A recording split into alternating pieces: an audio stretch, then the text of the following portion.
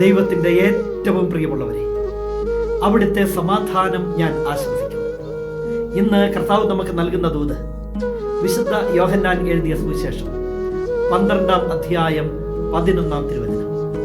എന്തെന്നാൽ അവൻ നിമിത്തം യഹൂദരിൽ വളരെ പേർ അവരെ വിട്ട് യേശുവിൽ വിശ്വസിച്ചിരുന്നു. ആ അവൻ ലാസർ, ബഥാനിയായിലെ ലാസർ.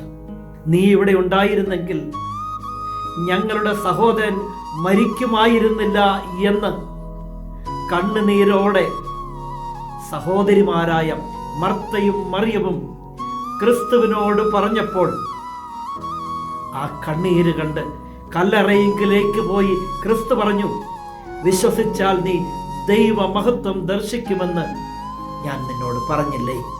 അടുത്ത നിമിഷം അവൻ വിളിച്ചു, ലാസറെ പുറത്തു വരിക. അത് കേട്ട് മരിച്ച ലാസർ ജീവനോടെ പുറത്തു വന്നു.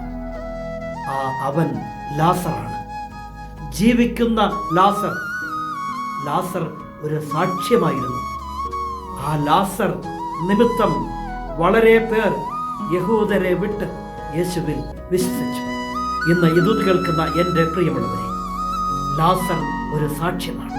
നമുക്കും ഒരു സാക്ഷ്യമായി നിൽക്കാൻ സാധിക്കട്ടെ. നമ്മെ കണ്ട്, നമ്മുടെ ജീവിതം കണ്ട് ഒരുപാട് പേർ കർത്താവിൽ വിശ്വസിക്കട്ടെ. അങ്ങനെ അവർ അത്ഭുതമായി മാറട്ടെ. കരുണാമയനായ ദൈവം നമ്മെ എല്ലാവരെയും സമൃദ്ധിയായി അനുഗ്രഹിക്കട്ടെ.